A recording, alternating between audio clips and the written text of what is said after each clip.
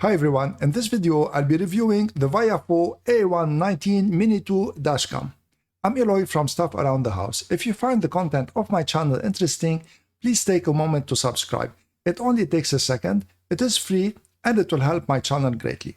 So in this video I'll be unboxing very quickly this dashcam so that you see what's in the box, and then I'm gonna show you the default settings that you need to change so to get the optimal performance from this dashcam, and I'm gonna give you some recommendations on installing it. And most importantly, I'm gonna be showing you daytime footage with HDR on, HDR off, and also I'm gonna show you nighttime footage also with HDR on and HDR off. As a full disclosure, VIOFO sent me this dashcam free of charge to test it, but the opinions you're gonna see in this video are only mine, and no one reviewed this video before it was published, and I wasn't compensated to produce this video. So let's start by quickly unboxing this dashcam.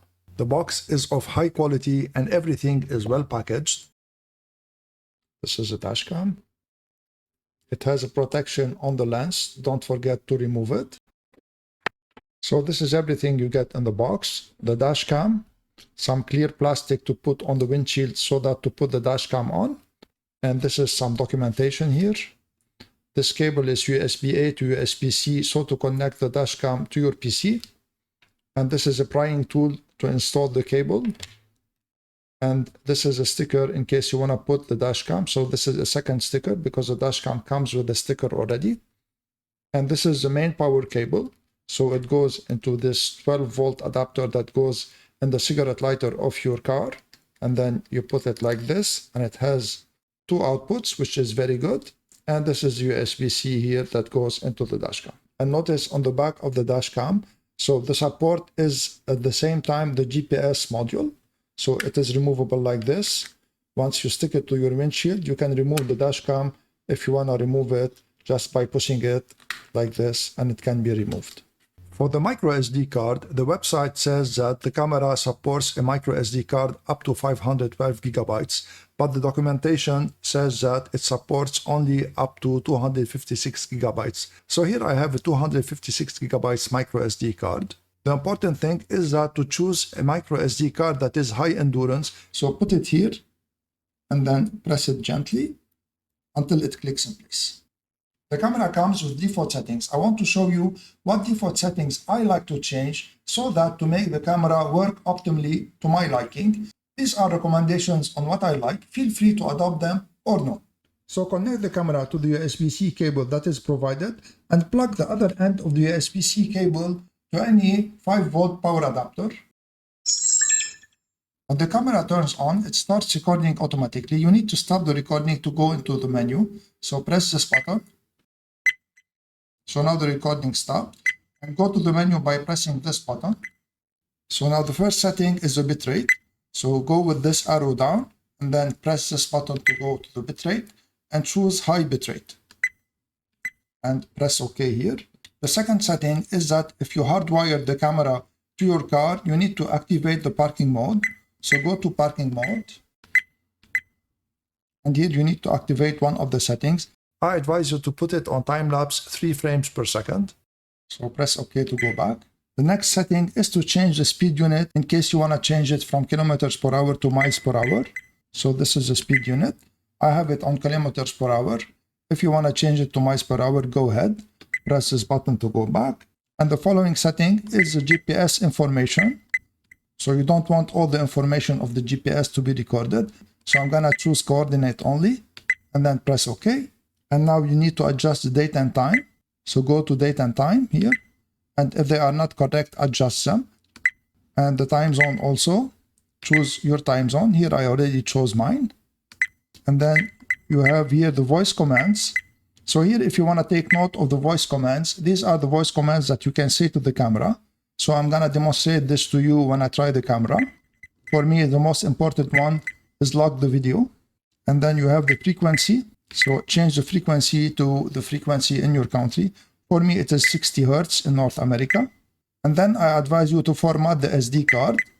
So this operation will delete everything on the SD card. Make sure that you want to format the SD card. So I'm going to format it.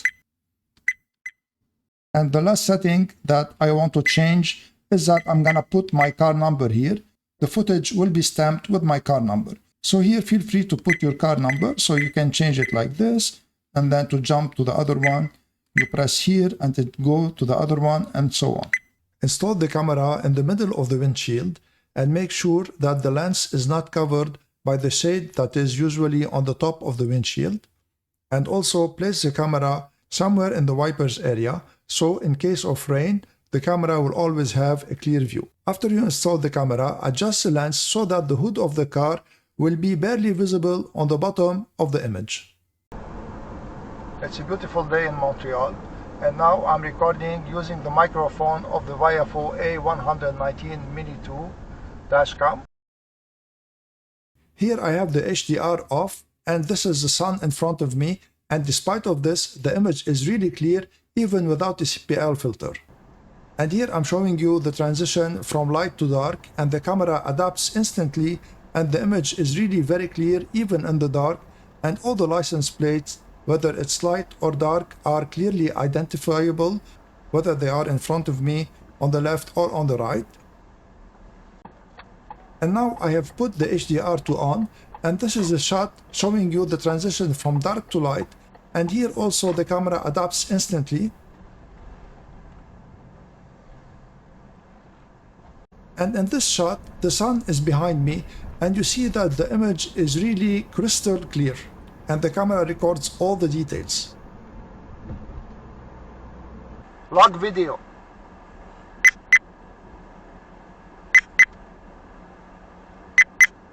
Video protected. This is a highway shot with the HDR on, and it is pitch dark here, and as you see, the signs are really visible, and the license plates also are easily identifiable, and everything is clear. Here I'm showing you the inside roads to see how the image is clear, and I noticed at night, and you're gonna see when I put the HDR off, that HDR on is better if you put it at night. The image becomes a bit more clearer, and this is also, of course, thanks to the Sony Starvis 2 sensor. And you notice here when I put HDR off, how the image is a little bit darker, but it's still clear. So I advise you to put HDR on. By the way, if you want to check out the VIOFO A119 Mini 2 Dashcam, I'm gonna leave an Amazon affiliate link in the description below. If you make a purchase using my link, I will gain a small percentage at no cost to you, and this will help my channel greatly. So now let me tell you what I like and what I don't like in this dashcam. I like the fact that it has the latest Sony Starvis 2 sensor, and this gives it a really very good image whether it is in the daytime or in the nighttime. I also like its form factor, and I like the fact that it has an LCD screen, so you don't have always to connect through your mobile phone to see the camera, like the footage of the camera, and this is very convenient. And the voice commands is something also that I like. Now, what I don't like about it is that this camera is advertised as having a parking mode, but when you read the user manual, it says that to enable the parking mode, you need to purchase a hardwire kit from VIOFO, and this is an added cost. But in all fairness, most cameras that have a parking mode need an add-on hardwire kit that you need to purchase it separately from the camera. What I also don't like is the discrepancy between the VIOFO website and the user manual. So the VIOFO website says that the camera can support a micro SD card up to 512 gigabytes, when the user manual says that it only supports a micro SD card up to 256 gigabytes. So if you tested a 512 gigabytes micro SD card in this VIOFO webcam, please let me know in the comments section below. I hope that you liked my video and you found it useful. In case you did, please share it, subscribe to my channel, and give this video a thumbs up. I would really appreciate it, and this will help my channel greatly. I'm Eloy from Stuff Around the House. I want to thank you all for watching, and see you in the next video.